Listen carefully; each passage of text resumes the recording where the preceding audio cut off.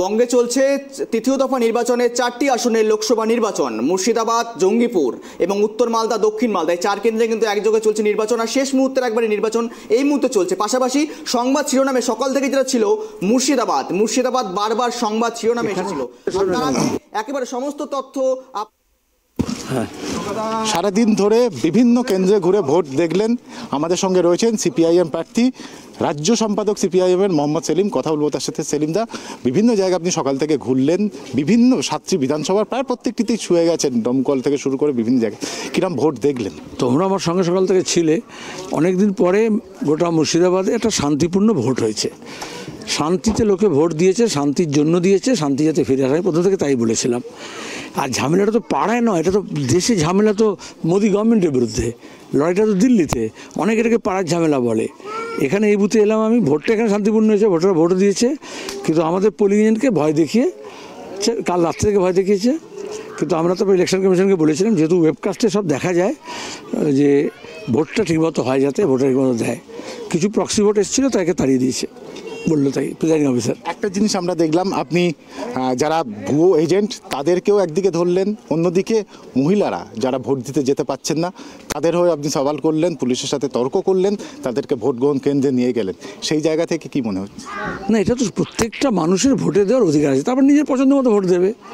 Vote দিতে দেওয়া হবে না এটা বলে কয়েকটা জায়গায় বাধা দিচ্ছিল, সেখানে আমি গেছি, পৌঁছেছি। যেখানে আমি পৌঁছে নিয়ে ফোন করেছি, তারপর QRTS আসতে হয়েছে। এটাই তো আমাদের রাজ্যের লজ্জার কথা না।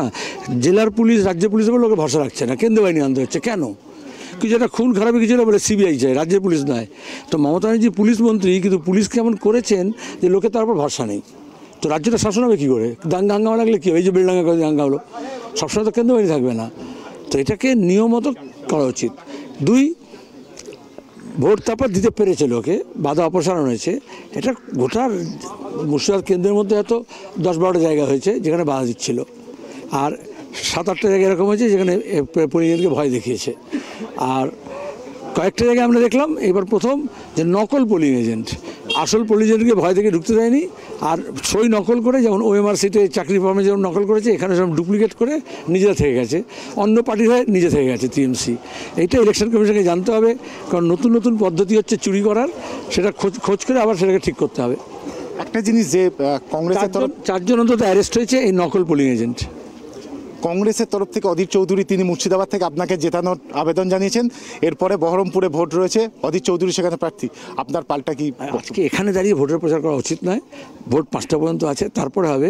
তো সবাই জানে আমরা বাম এবং কংগ্রেস জোট নিয়ে লড়ছি, একসঙ্গে প্রচারও করেছি।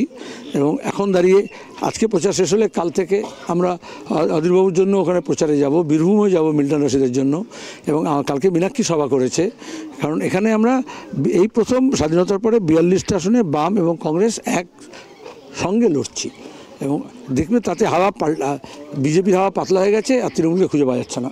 ISF এখানে প্রার্থী দিয়েছে এবং তারা প্রত্যেকে প্রার্থী দিতে পারে, প্রত্যেকের ভোট দেওয়ার প্রত্যেকে প্রার্থী দিতে পারে।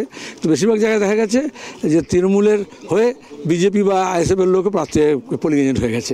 অনেকে বলছে মুর্শিদাবাদে 1-0 হতে চলেছে, বামেরা 0 থেকে 1 কেন হবে?